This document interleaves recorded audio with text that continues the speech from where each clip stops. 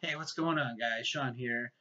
Now, I know I am not from this timeline we're in now. Now, these are words, I've said it before, but these are words describing concepts that can't fully be described in words.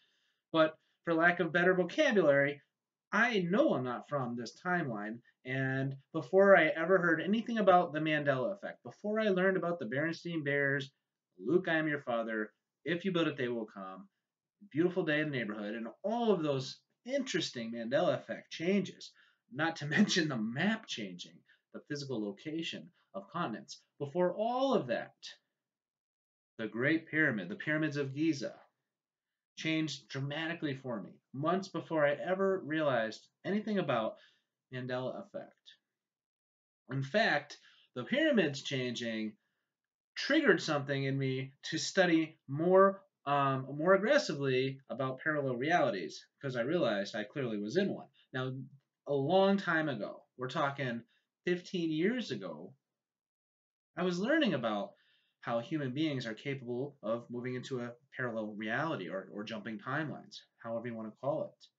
So I knew it could happen. It did catch me off guard a little bit.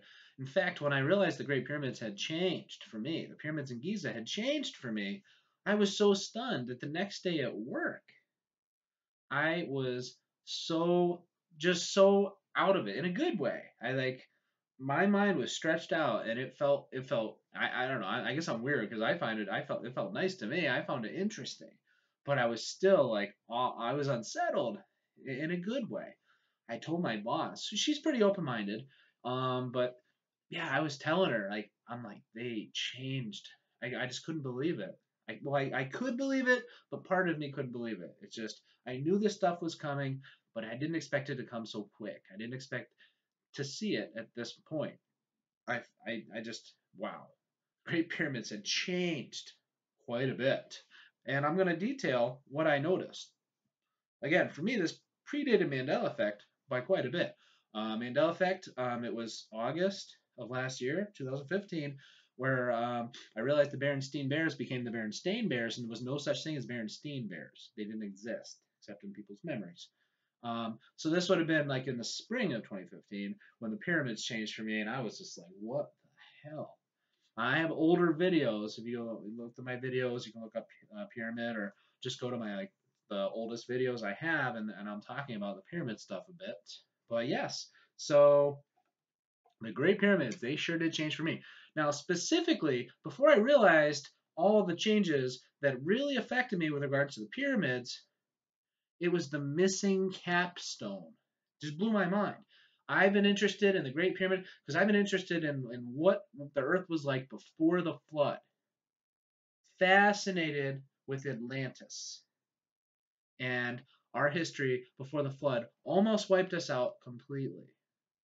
So the Great Pyramid, I've been into it for a long time. When I realized that the capstone, see how the capstone was missing?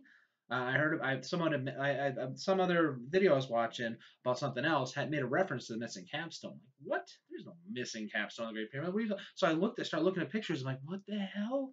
And there was like missing capstone.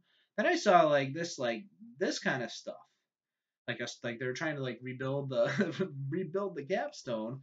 Then this picture I was speechless. Couldn't believe my eyes. Couldn't believe what I was seeing. That was not in my past reality. No, it was not. I couldn't believe what I was seeing. The missing capstone and these. Oh my god. So also just the general deterioration, the general level of ruin that the pyramids were in. I couldn't believe that either, because the Great Pyramids of Giza, the three of them, the ones that I remember, the ones that I saw all these pictures of and videos on television and stuff and documentaries over the years, they were very, very well preserved. They were not eroded like what we're seeing here. Not no, that is not the pyramid I remember. No way. Uh I have all these different memories, all these experiences where I'm thinking to myself, what it would have been like for Napoleon and other people over the ages to come and see these pyramids and be mesmerized by how secure they are and how hard it would be to try and penetrate and get in there, see what's inside. Yeah, so the overall deterioration was also something that just blew me away because that's not what I saw before. Missing capstone and the fact that it was all getting messed up looking. Okay, really? This? This is the smallest of the three pyramids. This is the least most giant. I mean, yeah, it's the smallest, but it's still pretty damn big. So, but anyway, the smallest of the three. What the heck? No, these things were not damaged. No, they did not have this kind of structural damage. No, their integrity was really, really secure. And then another thing that really got me is these guys down here. These three pyramids, these little ones in the front that I don't have their name memorized. But these guys, I always remembered those three. I remember them more centered, like more in the middle, not off to the side like this. Of course, this could be a camera angle, but the condition of these guys, no. See the condition of this one right here, or the condition of the bottom half of this one? That's how I remembered these guys. They were pyramids. They were intact, but a little bit crumbly. They were a little bit crumbly like this. See the top here, how it's like pretty preserved. I remember all three of these guys looking like that. These three little guys looking like this. These guys right here were in damn good shape, and these guys were in phenomenal shape. So yes, the Great Pyramid changed for me. The Great Pyramids in Giza changed for me quite a bit. One more thing also that really stuck out. This is Google Earth.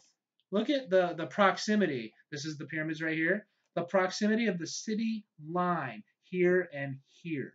It's like enclosed and so, like this was out in the desert. This was like here, out here, out here. Not way over here, right next to the city line. No.